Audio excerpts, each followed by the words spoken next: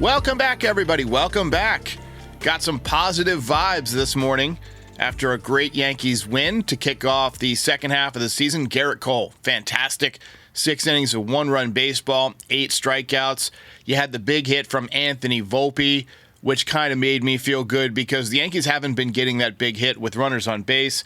It was important for Volpe to get off to a good start because he finished the first half in a really rough way, not only with the tough batting performance for the last month or so, maybe even more than that, but the error, it's good to see him come out and get off to a good start. So all positives from night number 1 in the Bronx in the second half. I want to talk a little bit about their draft strategy because this is something we didn't talk about. I'm not a huge college baseball follower, so I've never seen any of the top draft picks that the Yankees drafted pitch live. I'll be watching more and more of their highlights as we move forward, but I think it's an interesting strategy to sort of refill the coffers with college-level pitchers in the minor leagues. Now, over the last few years, the Yankees have had to make a number of trades where they traded away some of their pitching depth. Not only the Juan Soto deal, but they traded Hayden Wesneski, they traded J.P. Sears. College baseball has gotten so good that it's almost at the level of minor league baseball in a lot of ways. Paul Skeens last year, number 1 draft pick. This year, he only made a handful of starts before getting to the major leagues. Now, he's special. He's got special stuff.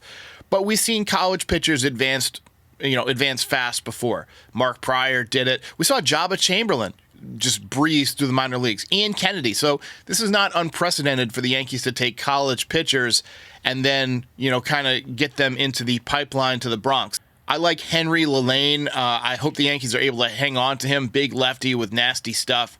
But clearly, the Yankees trying to refill the pitching coffers. So let's get to your voicemails while we still have time before this game today. And then we can do a recap. And then later tonight, we got the StatCast report with Aiden. So tune in for that. But let's get to your voicemails. I live in New York City. I cannot believe you had the balls to do it. Hey, Derek. Great show. Great game today. What did you think of Caleb Ferguson's outing? I have to admit, that's the first time I've gotten a Caleb Ferguson call on this channel that didn't include some variation of the sentence, he needs to be DFA'd. But yeah, he was fine. I'm not going to sign him to an extension because he had 1 good inning up 5 runs. But like I said, I think that would have been a good spot to get Clay Holmes some work. If you're trying to get this guy sharp and get his command sharp, he hasn't pitched in a while. That would have been a good opportunity. We might have to see him today. Hopefully it's not a super close situation. I don't know if I would trust him with 1 run right now. Yankees are definitely going to have to figure out the back end of the bullpen over the next several weeks. They've got a lot of issues they need to work on. They need to get a third baseman. DJ LeMahieu looks done, but the bullpen is a major, major concern, especially the closing spot. I know that Clay Holmes was an all-star, but he was put in there by Major League Baseball. He didn't pitch. I just don't feel super confident. But yeah, nice job by Caleb Ferguson to not cough up a 5-run lead. Let it be known that this is the day that Nostra Derek predicted the future. Young Anthony Volpe with 2 hits on the night already. And boy, did we need that bases clearing double. Yankees got the big hit. I listen to these in real time as I'm going through my video editing timeline. It's not like I listen to them and select them. I kind of drag a random selection. So I'm legitimately laughing right now. That was good. Anthony Volpe made Nostra Derek look good. Stick around for the Nostra Derek prediction at the end of this video. It's something I want to get back into doing more often. I don't gamble on games. I haven't gambled on a single game all season, but maybe I should because I've called a number of these throughout the year. But I am thinking about my Nostra Derek prediction as we speak, as I go through these voicemails, and stick around because we'll have it in just a minute. Hey, Derek, John from California here. It looks like Verdugo's living up to his name in Spanish. In Spanish, Verdugo means hangman or executioner, and he seems to be doing a lot of that lately. One thing I've noticed with Alex Verdugo is he doesn't seem to be as patient at the plate as he was earlier in the season.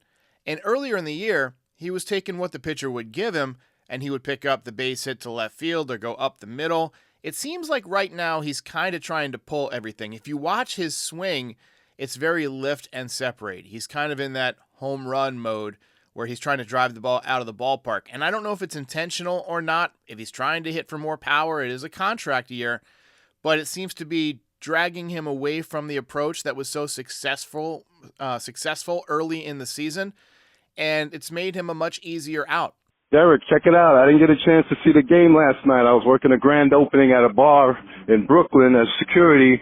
When I got home at 4 a.m, I turned on the highlights and I saw what Volpe did, and I just screamed out loud, "Nostra Derek! You're the man." What does Nostra Derek see in the future of one DJ LeMahieu? Golf. Lots of golf in DJ LeMahieu's future. He continues to have bad at-bats, also a lot of soft outs, and last night he got booed. The crowd clearly not having it. His OPS is under 500 at this point. I don't know how much longer you can keep running him out there.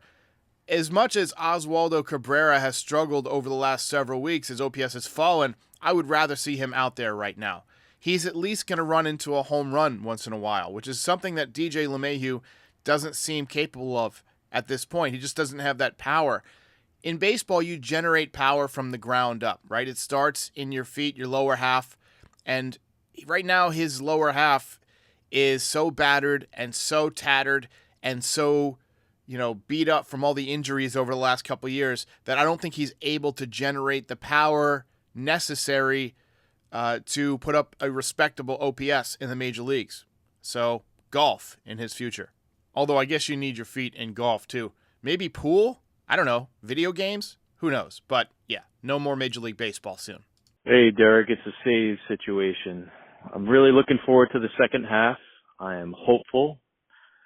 I'm extremely hopeful that Cashman actually will do his job and make the trades necessary. I misspoke yesterday during the voicemail show, and it bothered me all day. I said that Cashman doesn't sit out the trade deadline. Well, last year, he only made one minor move, so he kind of sat out the trade deadline, but the Yankees were out of it. When the Yankees are in contention for a division title, he's usually pretty aggressive. I'm looking for a trade deadline very similar to what he did in 2022 when he picked up 4 or 5 guys. Now, hopefully they don't all end up injured, but I think he's going to be very active. And that could be part of the reason, as we mentioned early on, why the Yankees took a lot of college pitchers early in the draft, because they know they're going to have to trade from their strength, which is minor league pitching right now. All right, today's Nostra Derek prediction. Aaron Judge is going deep. The Yankees didn't hit any home runs last night. I expect that to change today. And if you're expecting a home run, who better than the guy who already has 34 of them? I think he's going deep. I think it's going to right field. And I think that's going to get him started on a big second half. Nostra Derek prediction, an Aaron Judge home run. Back, track, wall, see ya! If you enjoyed this video, please like and subscribe. It helps other fans find the channel. NYY Recaps is also available on all your favorite podcast platforms. And we'll see you next time.